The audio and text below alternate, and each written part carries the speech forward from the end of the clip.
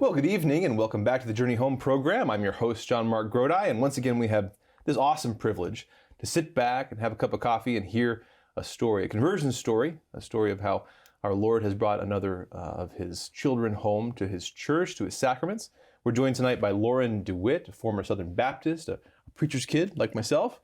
And we'll talk a little bit about her website, thecontemplativehomemaker.com, a little later on. But Lauren, welcome to the show. Thank you so much for having me. Yeah, thanks for joining us today. I'm excited to hear your story. Again, we've got that pastor's kid connection. Absolutely. There, and we were talking a bit beforehand. Again, we'll talk about your website later, but the domestic church, seeking holiness in the family and ordinary life, that's something I'm really passionate about. So absolutely, I want to hear about that work later on. But we'll start by going way back. Where does your spiritual journey begin? Well, probably like yourself, it began from birth because my father was a Baptist minister. So I grew up, I was baptized when I was 6 years old by my father, and it was such a natural thing for me. Our church life was really close-knit. I was born in Baton Rouge, but this period of my life I was in Houma, Louisiana, which is very deep South Louisiana. And our entire lives revolved around our little church that was on the bayou there. All of my best friends were at my church. I didn't know anybody that wasn't Christian. We were there every Sunday morning, Sunday night, Wednesday evenings. All the ladies that went to the church were my aunts and uncles, just friends of the family. And it was a really sweet time in my life. And it was just, I remember when I was 6, I was like, of course, I need to invite Jesus into my life. And I went down the aisle for that altar call and was baptized on Easter Sunday that year. And never really questioned it at all. And we moved around quite a bit since my dad was a Baptist minister. So my earliest memories are from in Houma. And we moved to Murray, Kentucky for a couple of years for another church. And then when I was in 6th grade, we moved down to Mobile, Alabama. And that's where my family lived until I ended up moving to Baton Rouge, where I live now after law school. But I think my Southern Baptist upbringing might be a little different from your typical Southern Baptist because most of my time was spent in very heavily Catholic areas. So unlike a lot of Southern Baptists, I know there's a tendency sometimes to see Catholicism as some kind of other form. To me, it was just another branch of Christianity. We were all just kind of different flavors coming off the same tree. We knew so many Catholics, and my dad, to his credit, did a lot of work with ecumenism in the time that he was in those areas. He would always say, if you love your Bible, and we as Baptists, we love our Bibles, you need to thank a Catholic because we got it from the Catholic Church. And he always... Wow, that's interesting. Yeah, it was really unusual. I didn't realize that it was unusual at the time, I guess just because, again, growing up in South Louisiana and in the Mobile area is very, very Catholic. So I knew a lot of Catholics. When I was 6 or 7, if you asked me what I wanted to be when I grew up, I said I wanted to be a Baptist nun. I wanted to be the first Baptist nun. My dad, I don't know, I guess we'd seen a nun at the grocery store or something, and I thought it was amazing that she had a wedding ring on and that she was married to Jesus, and I just thought that was the coolest thing ever, and I was like, I'm going to do that. Wow. So I loved it, and I always loved that more high church liturgy. When we moved to Mobile, my parents enrolled me in Episcopal school there, and that was kind of my first exposure to a more formal liturgical rite, and I thought it was just stunningly beautiful, and that really meant a lot to me growing up. And so maybe my experience was a little bit different from the typical Southern Baptist, the stereotypical thing, but I had a very generous view, I suppose, towards Catholicism because of that. Yeah, that's, it is very interesting. And almost I wonder if it's a bit of a sign of the times that we do, I feel like, have more people nowadays for whom even the title Protestant doesn't quite fit, and they may not even claim it for themselves because they're not protesting. Right. They're very much past that. And so there's an openness at times to Catholicism because there's not the baggage that there might have been there in the past. Yeah, I agree. Yeah. I would agree with that. We're speaking tonight to Lauren DeWitt, former Southern Baptist. Her website is thecontemplativehomemaker.com, which we'll talk about more later. So yeah, a very interesting upbringing there. What happened next?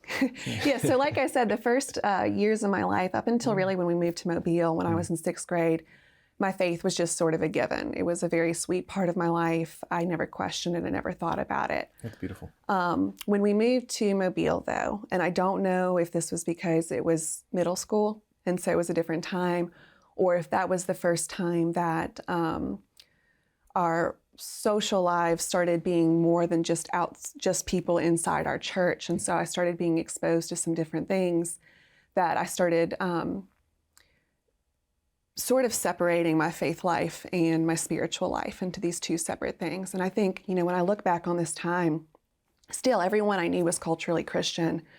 But I think what may have been really damaging to me at the time was that a lot of us were culturally Christian, but what we were doing at church on Sundays wasn't necessarily informing what we were doing throughout the week. And so we would go to these youth group experiences, and they're geared to give you an emotional response. And, they get all the kids like hyped up, and then they have the altar call and the music and the dark lights and all that stuff. And I spent, every summer I was at Cross Point or Ridgecrest and those kind of places. And I was going on all these mission trips and things. And so I started to kind of get a bad taste in my mouth about it, even at an early age, because I felt like it was geared to force an emotional response. And then we would come back into our regular lives, and the same kids that I was going to church with and school with were out partying on the weekends and that sort of thing. And so there just started to be this disconnect for me that I started to notice.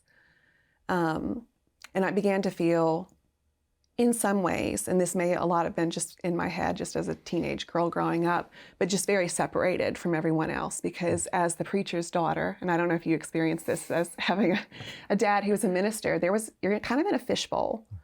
And so I was expected, or I felt that I was expected to uphold a certain image.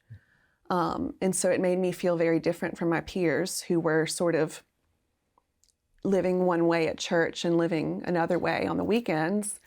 And I wouldn't get invited to parties and things on the weekends and that kind of stuff. And I always felt like, well, it's because I'm a preacher's kid and they just, they don't think I'm cool enough, that kind of thing. And so this ended up being a very, a big thing in my mind, that I was feeling very separated and I was feeling very defined by my dad's job. And like everything I did had to uphold this image. So for a Southern Baptist, one of the things that I think we don't often recognize among Christians of different denominations, different doctrines, is there's a trickle down of that doctrine to what the actual practice of the faith was, like the spirituality. What did it mean for a Baptist? And again, you had this beautiful upbringing, a beautiful relationship with the Lord at an early age, and desire to be baptized. But for a Southern Baptist, what does it look like to keep growing in the faith? Right, and so. What was the idea there? What were you doing? What was it just more of the same? Was it just? It was more of the same. I mean, the emphasis in the Southern Baptist Church, and again, there's wide variation amongst the Baptist churches, but the way I grew up, it was personal Bible reading, memorize scripture, pray, but then there was never any sort of, I was never taught how to pray. It was just like, you're supposed to do it, but maybe they'd give you like a Beth Moore Bible study or something like that. But then once you finish the Bible study, you were like, okay, I guess I just need to buy another packaged product. Gotcha. And it started feeling like sort of the same thing over and over. Another big thing that was causing this sort of dualism, I guess, for me was in my Southern Baptist upbringing, drinking was a huge no-no. But since we were living in a heavily Catholically cultured area, a lot of the Southern Baptists I knew did drink socially. But it caused this...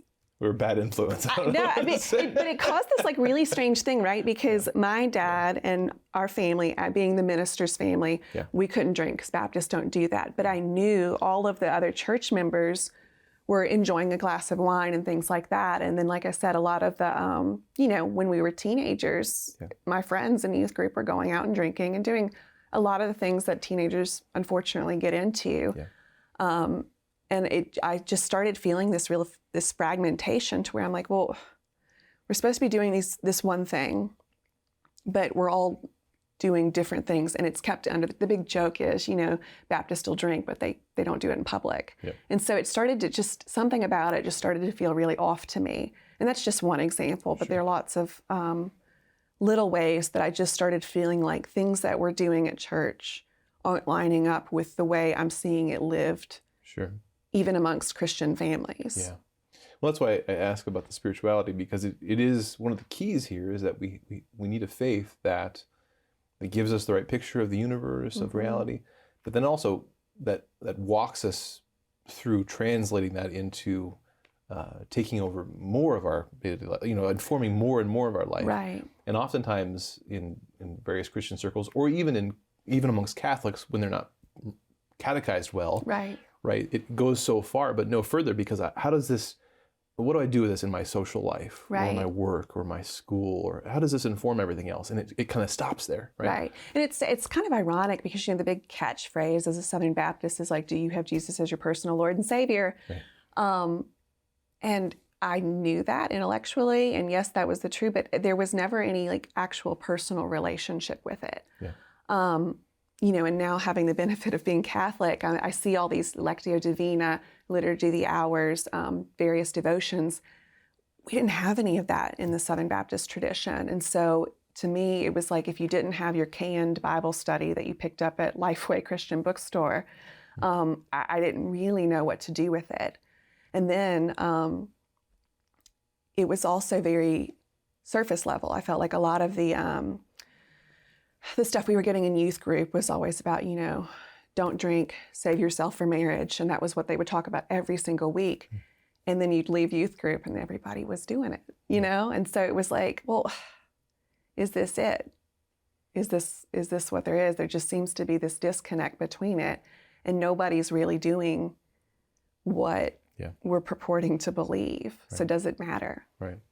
So you're seeing this disconnect, this fragmentation, and almost perhaps seeing it in a more concrete way because of being a pastor's kid. You're seeing a bit more of the disconnect. So does that push you towards a tipping point, or what happened? Yeah, so by the time I was ready to go off to college, I was really, really ready to define myself apart from my family and to figure out who Lauren Ellis, at the time was.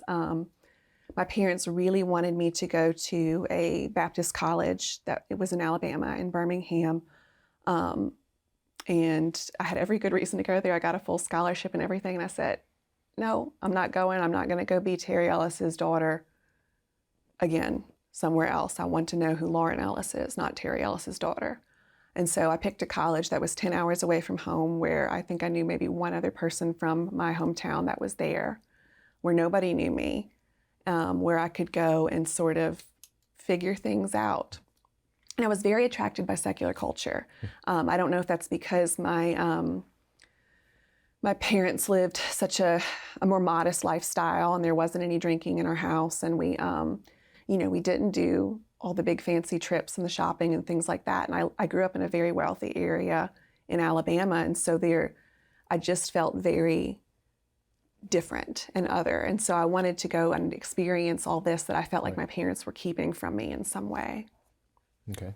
So you go to that college. Yeah. Yeah. I go to college, and it's shocking to me when I look back on it now. You would think growing up with as much built-in institutional Christian activities as I did. I mean, I was in church Sunday mornings, evenings, Monday nights for choir practice, Wednesday evenings for youth group. My summers, I don't think I had a single week in the summer that was not at an overnight camp or a mission trip or VBS or that sort of thing.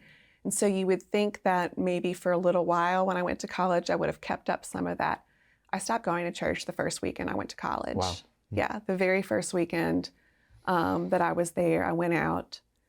And, the other thing I always heard growing up, I would hear other adults tell my parents, if you're too strict on her and if you don't let her experience things, she's going to go wild when she goes to college. And so to me, I saw that sort of as like, yep, I'm going to do it. I'm going to follow. And it seems so silly now, right? It's so ridiculous. But I just felt like my parents were somehow holding out on me, and hearing other adults say that and knowing they were telling my parents that, and then seeing this disconnect between other, people that were faithful members in our church, that were deacons in the church and things like that, and knowing y'all aren't doing the stuff we talk about on Sunday. It made me very quickly just throw it all out. That's interesting. We'll have to return to that self-fulfilling prophecy of, she's gonna.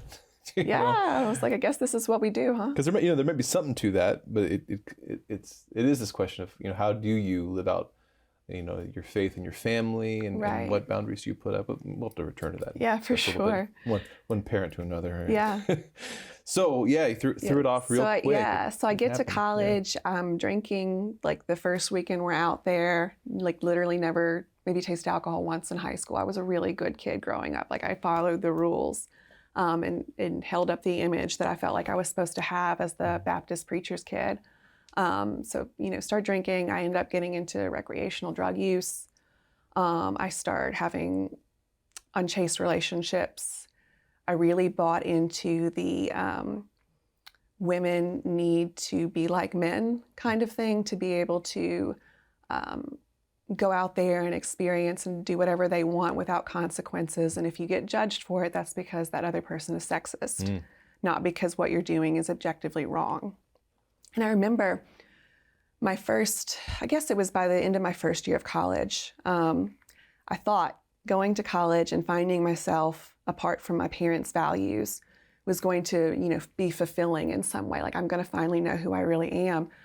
That angst, that fragmenting that I had begun experiencing in high school, it just got worse. And I remember calling my dad, because Southern Baptists, we believe in once saved, always saved. And I remember calling my dad one summer, and I guess it was the first summer after my freshman year, and I was like, "Are you sure? Is that true? Am I saved? How do I know?" Because I knew I wasn't doing the right things. And I knew I was doing everything that I had been told growing up not to do. And my dad said, "No, you're fine. You need to put that fear away." And so I said, "Okay, I'll put it away and I'll keep going. And I'm entitled in some way to find my happiness here. And if I'm once saved, always saved, then that means God's just going to make it work out for me." Yeah.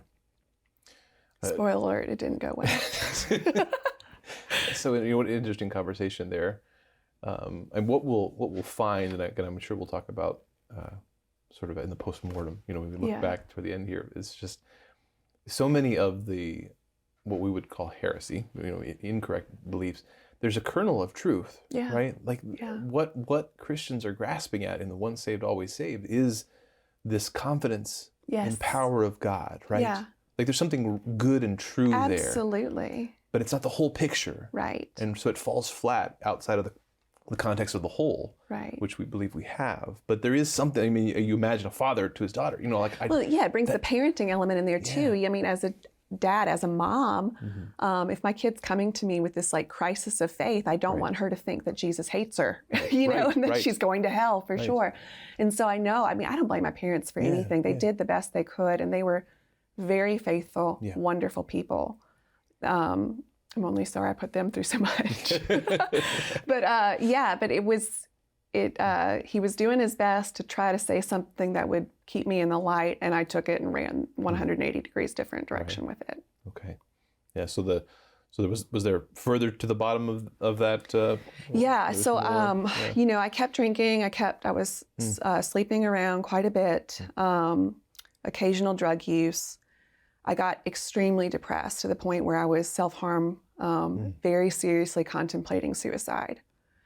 And this was around my junior year, maybe, of college. And so when I had got to that point in high school, I'd struggled with that in high school as well, this depression. The solution in high school was, we'll go off to college. You need a change of scene. You need to be able to find yourself. So I was a junior going into my senior year. Well, I just need to graduate and get out of this town and go somewhere else, and then things will be fine. And I was graduating, and this is another interesting thing. Growing up, I didn't have any idea of vocation. That's not something we ever talked about. And so growing up, the big thing was you need to get a career. You need to be able to take care of yourself. If you're going to college, you can't major in, I was really interested in like French and art history and things like that. You can't major in that because you can't get a career in that. So it's like, okay, well, I'll be an accountant. I will do accounting. I didn't like accounting. But I was good at school. So I was good at doing whatever I needed to do to get the degree. And so graduation's looming. I'm extremely unhappy. I'm very suicidal. Like, I'm not ready to graduate. I don't want to be an accountant. I have no idea. Like, the whole goal of my life growing up till now was to get into a good college, to get a good scholarship, and to get a degree that I could have a career in. And now I'm only 21, graduating, and I'm supposed to do the rest of my life. Like, what even comes after this? So I figured I'd go to law school. Like literally, it was a very Legally Blonde kind of thing. I'm really embarrassed to admit, where I just woke up, I was like, yeah, 3 more years of school. That'll give me time to figure it out. And by that point, I'll feel better about things. I'll have it all put together. And so, very predictably, I go to law school. And again, I'm a great student. And I try not to say that with any pride or anything. I had a wonderful resume. If you looked at my resume, I was doing all the right extracurriculars. I was in all the right clubs. I had leadership positions. I had a fantastic GPA. And I got to law school and I was doing the same thing, and I was getting offers for clerking at some of the best firms in the Southeast. And so I was really proud, but on the inside and in my personal life, I was an absolute wreck. And instead of learning from the mistakes that I made in college, I went to law school and started doing the exact same things I was doing there, and ending up surprised, like, why am I still not happy? Why is all this not fixing things? And so it was at that point, towards the end of my second year, so law school's 3 years long, it was towards the middle of my second year that I started realizing, I think the drinking is a problem. This is not helping things. It's causing me a lot of anxiety. I was on antidepressants at the time. I was like, my antidepressants can't even work because I'm drinking so much. So I decided to stop drinking. I started making a few changes in my life, and they were really positive. I actually started checking out an Episcopal church that was nearby, but I wasn't changing some of my other lifestyles. And that's when I found out I was pregnant. And it was a guy that I didn't know very well. He was in my law school class with me. I had actually told him a few days before I found out I was pregnant, like, I don't think this is not gonna work out. We hadn't even really been together very long at all. But, it was nice knowing you, see you in class, that sort of thing. And then I find out later that I'm pregnant. And I remember very clearly getting that pregnancy test. And I was in my bathroom in my apartment. I hadn't prayed in years. Yeah. I had not prayed at all. I'd gone back to church a couple times here and there. I had this sense that, like, okay, there's some basic things I need to do to stop causing more chaos in my life and getting better people around me that are more stable. But I really hadn't prayed, and I saw those 2 pink lines, and I said, God, I need help. I need help.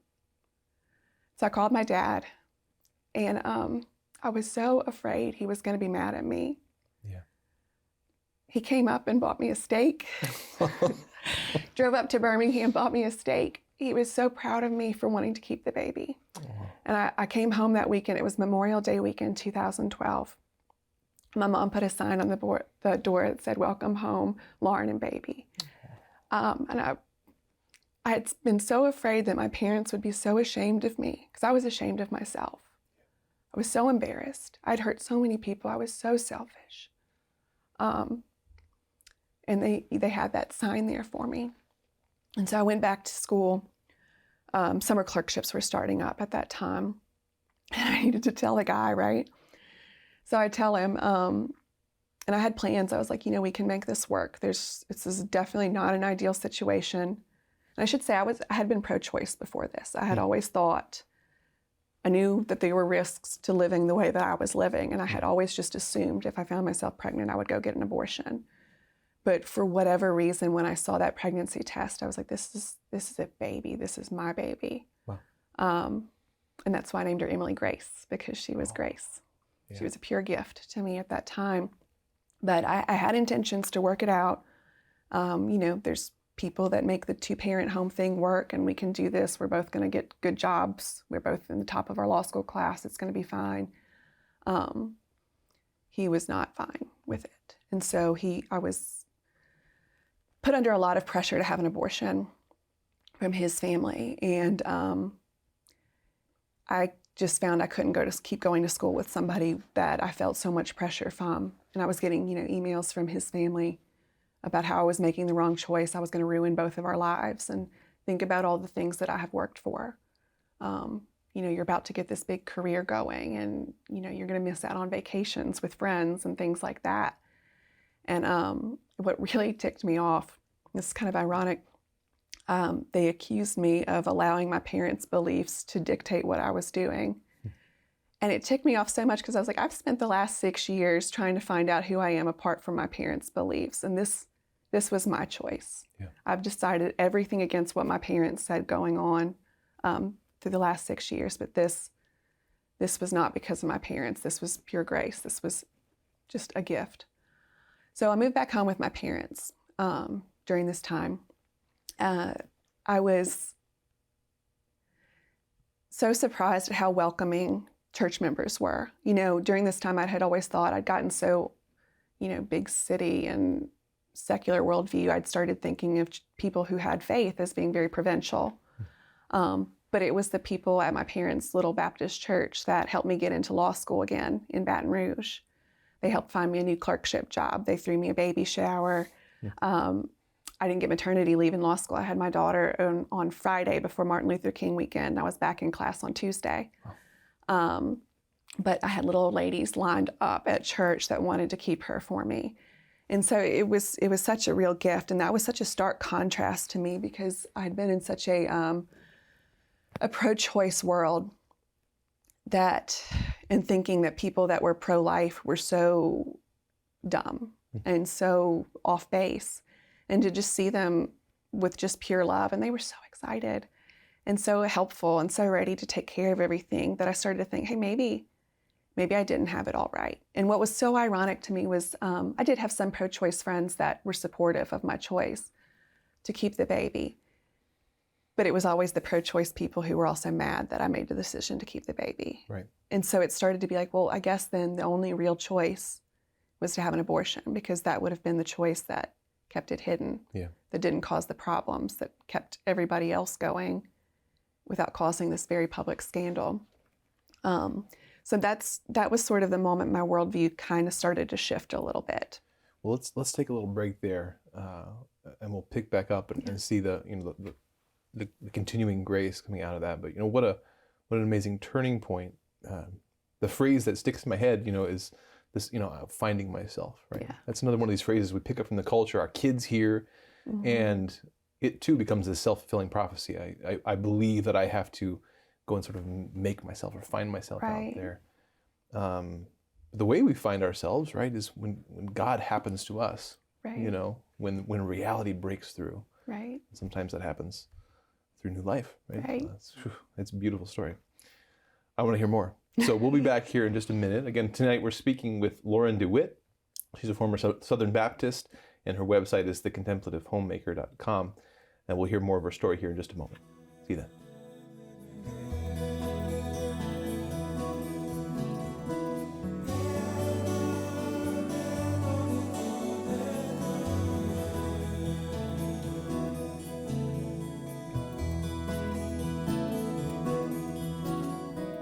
Well, welcome back to the Journey Home program. I'm your host, John Mark Grodi, and tonight we've been speaking with Lauren DeWitt.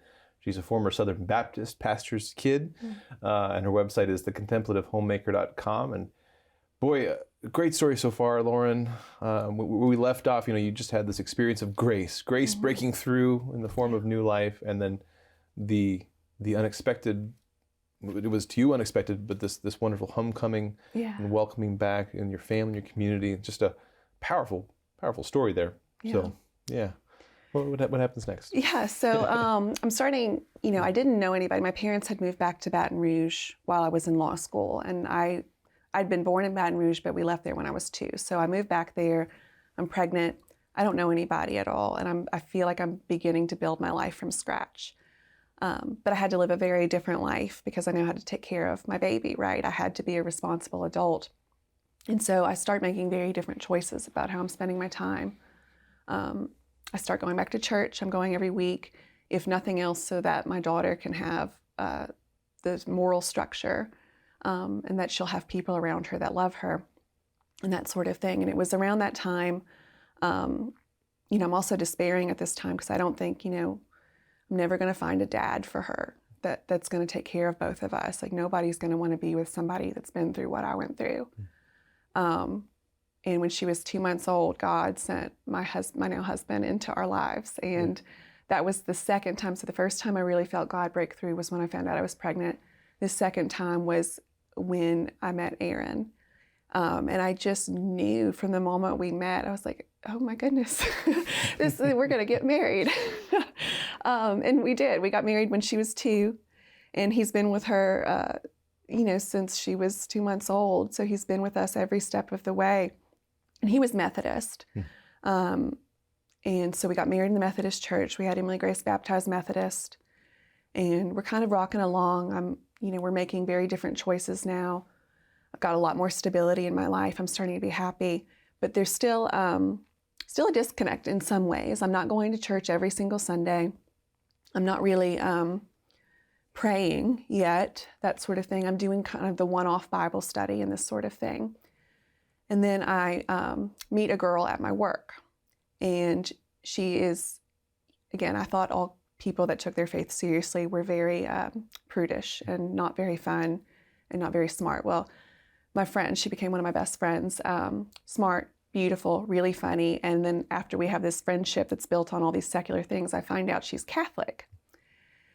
And it's around this time I'm going to a lot of therapy just from all the PTSD that I put myself through.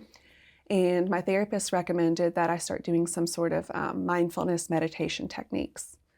And for whatever reason, something about doing it the way the therapist suggested, I was like, that just feels sort of like Eastern-y to me. I don't know, I'm going to church now. There's got to be a way that I can do this, maybe with just Jesus, this sort of thing. And that's when I remember, wait, Catholics have this thing called a rosary. And I'm like, they stopped doing that in the Middle Ages. But I wonder if my friend Sarah's ever heard of this thing. So I call her up. We're at work. I'm like, hey, do you know about the rosary? And there's just this silence on the other end. She's like, yeah, I know about the rosary. So I start asking her questions about it.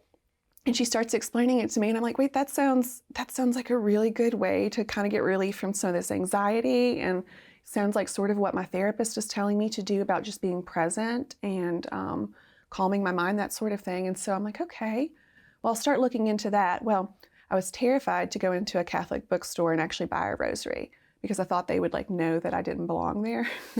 Somehow I would have heretic on my head or something. I don't know. So my friend Sarah lent me one of hers and taught me how to pray it.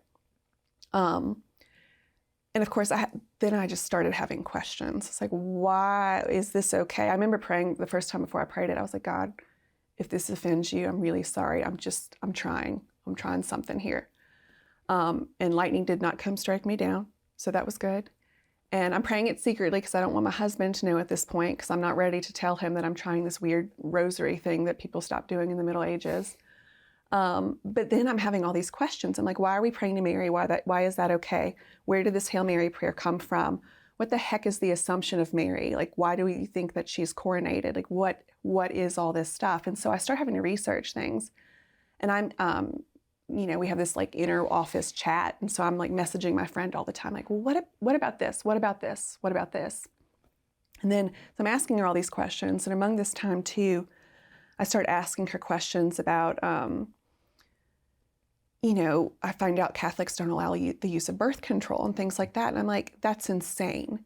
That is absolutely the most insane thing I've ever heard of. How can you possibly believe that?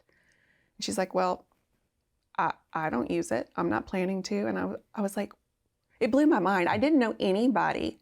She was the first person I had met that was doing something so radically countercultural. I kind of just expected her to be like, oh, that's something the church teaches, but we don't really do that kind of thing. No, she was full on if it's what the church teaches, that's what we do. And that was one of the first real crystallizations where I had seen somebody being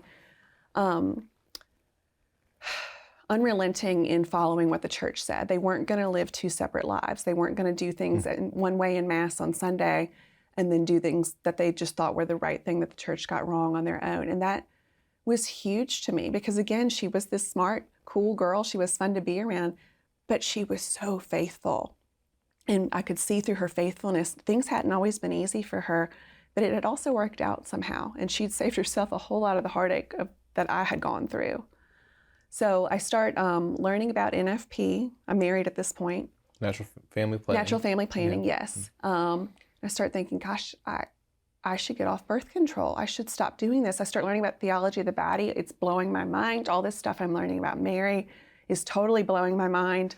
And so it comes to this point where I need to start telling people hey, I'm looking into this stuff and think the Catholic Church has something to offer here. And your husband at this point, was he? This is when I first brought him in. Okay.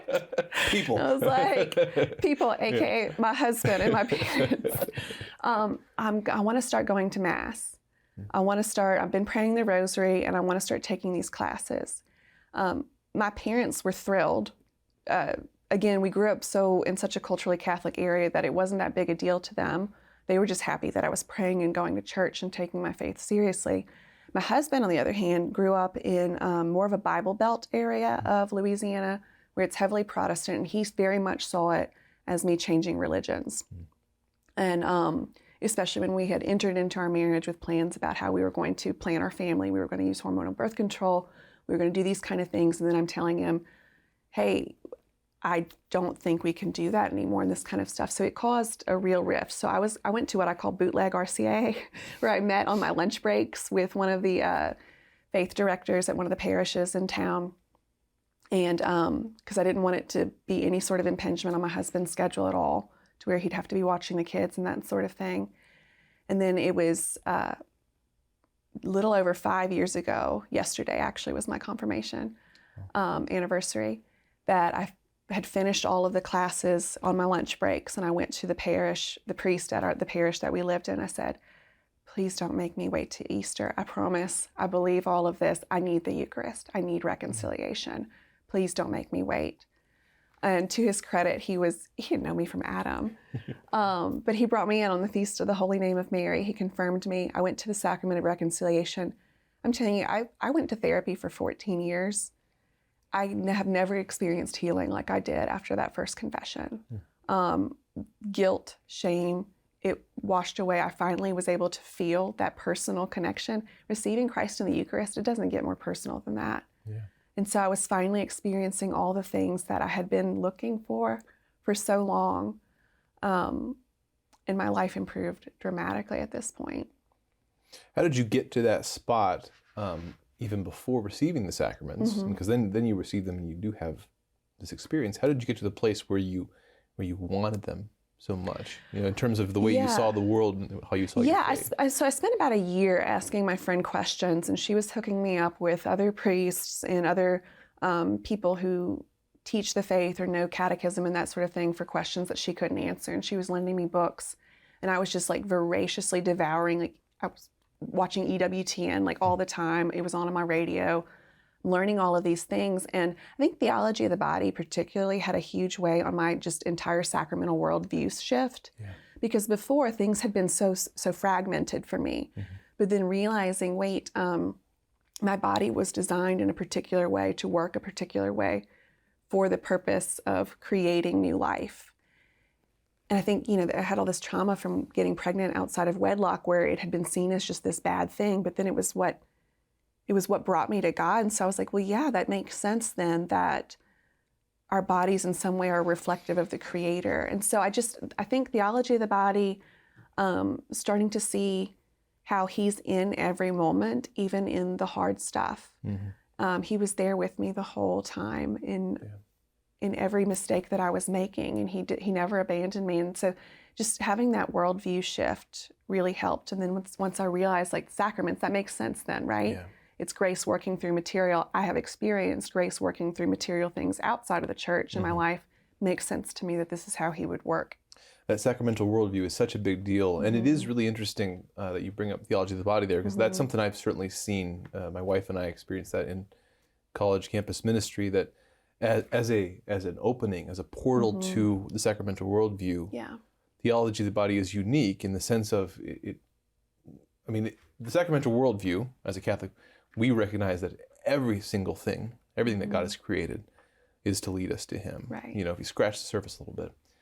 But in theology of the body, we're faced with something that's so close and personal, our own bodies, our own sexuality. And so when we catch the vision there, that in this something that's so intimate and precious, this is where God is breaking into our lives and showing us His glory and our vocation, the glory He wants to draw us to, that does really open you up to, is the whole world like this? Yeah. And that's the Catholic worldview. Right. And that's when I felt like I was coming out of the Matrix. I was like, everything means something. Yes. Like, none of this is random. I love that phrase. And I remember reading Carol Houslander early on there, and she's got this great quote in the Read of God about how, the snow is white because of the virgin's purity, and the seed grows because he was incarnate. And so it's like, oh my goodness, it's in everything. It's every part of creation. It's every relationship. It's so crystallized in my marriage and in having children. And I could see him working in ways that I just never realized he could work. I'd put him in such a box and said, you're over there and I've got to handle the rest of this on my own. But then to realize he's calling to me through every single moment, every created thing was huge. Yeah. And it answers that question you'd had way back in your childhood, or one of the connected issues there of, so now I've come to Christ, I've been baptized, but now what? Right. And if there's not the next step, this disconnect grows. But the sacramental worldview, what it gives you is everything's now an opportunity. Yes. I don't walk around, because the faith meets us where we're at, but now everything is this opportunity to grow. My marriage, my family, my children, my work, everything is to be sanctified and turned over and placed under the Christ's lordship. Right. Yeah. Okay, so you become Catholic. Yes, after I that. became Catholic. Yeah. 2 or 3 years later, my husband ended up coming into the church. How'd that happen? I wish I could take credit for it.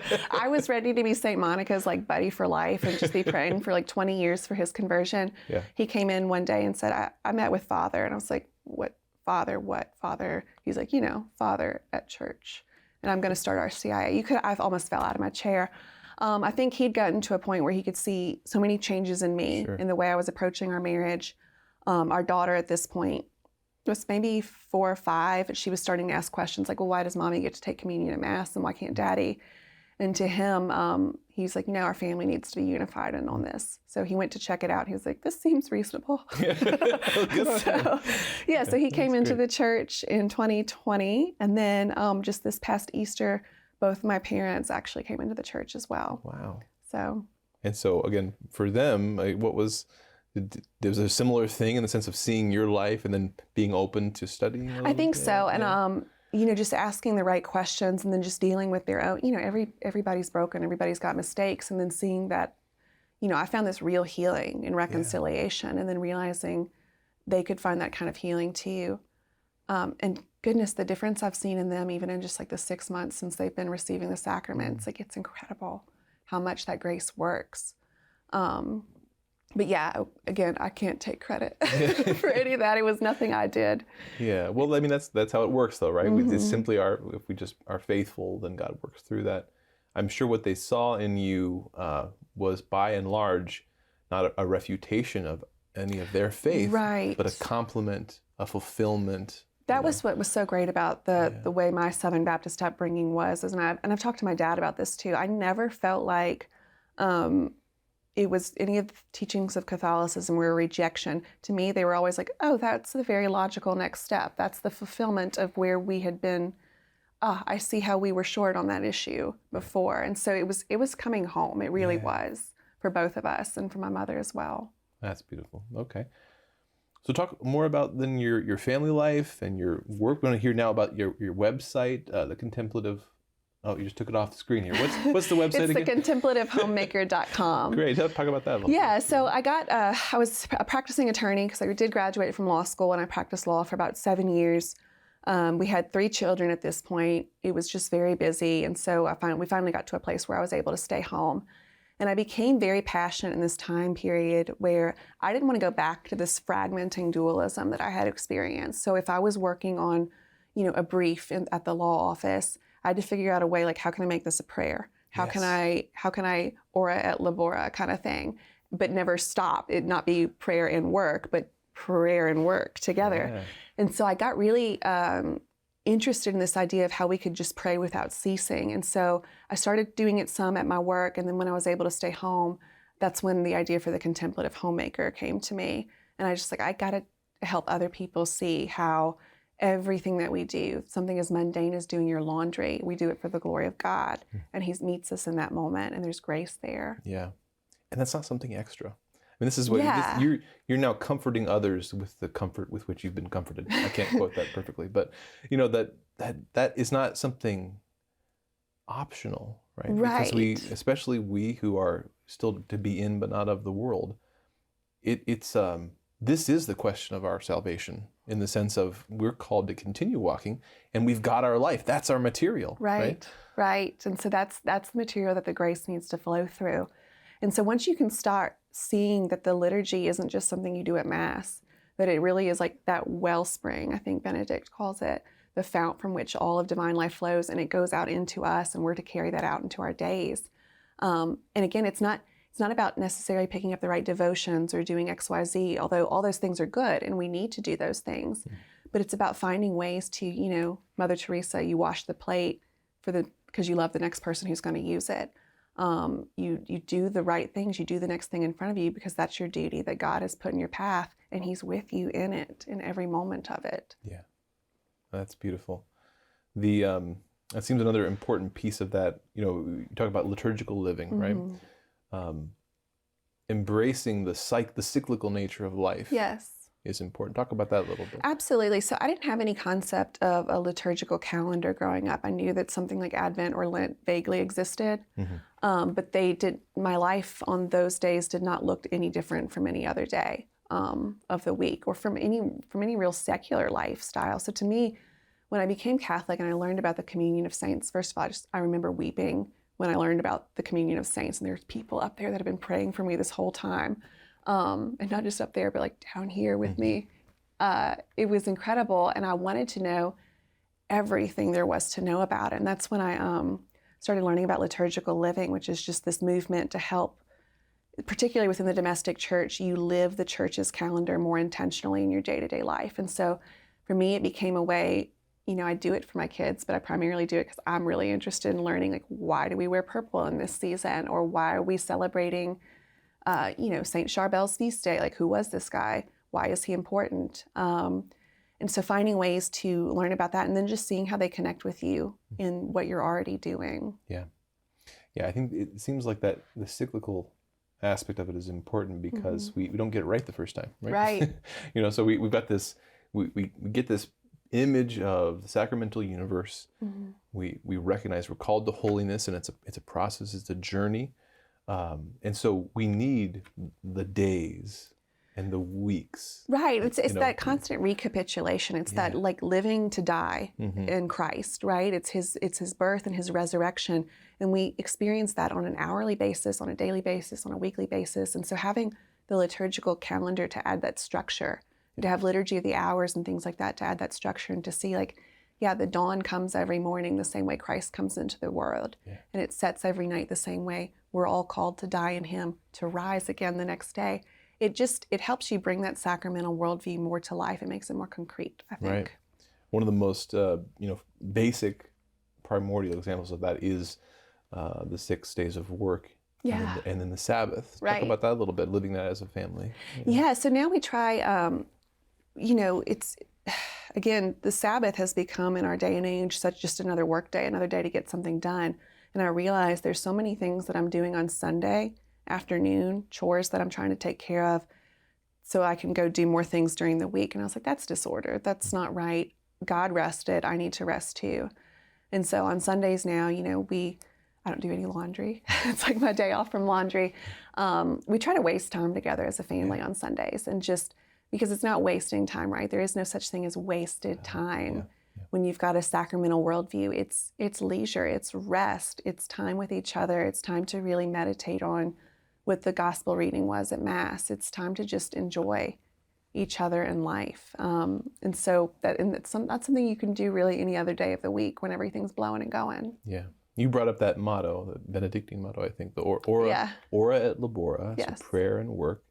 And the Sabbath, right? You talked about we have to grow in praying at all times, and that the goal is eventually that our prayer and our work aren't necessarily a separate thing. Right. How does that happen? One of the ways is that when we preserve, and from the beginning we have this commandment to preserve one part of the week, one day, where even if we think I could do more good, I can get more good, I could serve you more, Lord, this day. But he says, no, you're to put it aside and practice a different mode of being. Right. And that if we practice it there, this being in the presence of God, being in the presence of others, that can begin to spill out. Right. Right. And that's the goal. Right. Because then the point is that even when we're writing that brief, right. That's too is supposed to be a prayer. But we have to learn how to pray, right? Exactly. So we have to have those spaces. Exactly. Yeah. Yep. Talk about, because another, in family life, how do we help our kids develop this habit of prayer? How do we invite them into that? Right. I think it's so important that first you've got to have a strong prayer life on your own, right? The kids can sense when you're just putting on or you're doing something just for the kids, right? Yeah. And they're like, okay, that's fake. That's what I always hated about that youth group stuff growing up was like this feels like a very cheap knockoff of something and very geared to elicit a certain response. So I feel like if you're not doing it yourself, it's going to come off very inauthentic with your children, which is why I love liturgical living as much as I do. But yeah, so you got to work on your own prayer life. Your children need to see you praying. They need to see you say, no, mommy gets up half an hour extra early every day, and I know you're up, and I know you want your breakfast, but you're going to wait because it's mommy's time to pray. And they need to see you living the Sabbath as a day of rest and that sort of thing. Another thing that we do, liturgical living has a lot of, if you just go online and Google it, has a lot of practical activities like themed foods. We might have Indian food on Mother Teresa's feast day. So we talk about who she was and that sort of thing. So the kids get to know their faith in sort of a fun and practical way. But one of the biggest gifts, I think, Catholicism does a great job with the Holy Imagination, Lectio Divina. And so helping my children enter into the Bible stories. We'll usually get the daily gospel and I'll say, okay, close your eyes. I want you to imagine, like, what are you wearing? What's Jesus wearing? What does his voice sound like when he says this? What's going on? And helping them develop these like really intentional early steps to Lectio Divina so that Jesus is a real person to them. And then we talk about how it's coming into your day. So, okay, so if this is what you think he was telling you this morning, what do you think you could do at school later on? Just finding ways to show it's all connected. There is no separate parts. Right. Yeah, that it's in the imagination has to be formed, just like all aspects of our being have to be formed. And that's why, when we see all of life as an opportunity, these many graces, many opportunities, that they're all opportunities for us to slowly be transformed. Right. We're not to be conformed to this age, but transformed by the renewal of our mind. So we need to fill our mind with good things. We bring into our family life all this truth and goodness and beauty. But then we also now have our trajectory, that this is slowly transforming how we think. We want to think and choose and feel like Christ would. Right. We want to slowly be transformed into that. What I love about this, right, is I think you've done a great job of giving a bit of the vision. This is part of what we want to present to people, is this vision of the adventure of the domestic church, of family life that most of us are called to. If you would, we have about a couple minutes left, speak to that young woman or man, who's spun off into that secular life. Yeah. Maybe doesn't think that they'll be welcomed home, because of their mistakes. Speak to them just for a moment, if you would. I would just say you gotta take the chance. You've got to come back, because it's prodigal son, right? When the prodigal son in Luke comes back, he comes back not for the purpose of being accepted as the son, but to be just my father's servant. And he's coming back. His father's sitting there waiting for him. He runs out to meet him. He doesn't even let the son get the words out of his mouth before he hugs him and starts dressing him in the clothes of sonship, right? And you don't have to have it all perfect to come back or to start coming back, because the Father, the slightest turn that you make, the slightest openness, the slightest, Lord, help me, or just the name of Jesus, that's the opening he needs. He needs the slightest turn, and then he's going to run. And he's going to come welcome you with open arms. Oh, that's beautiful. Thank you so much, Lauren, for your story. Thank you so much for having me. I appreciate it. And thank you for joining us for this episode of the Journey Home program. Again, as Lauren said, if you're someone who, for whatever reason has found themselves separated from Christ, from his church, from your family, this is your sign.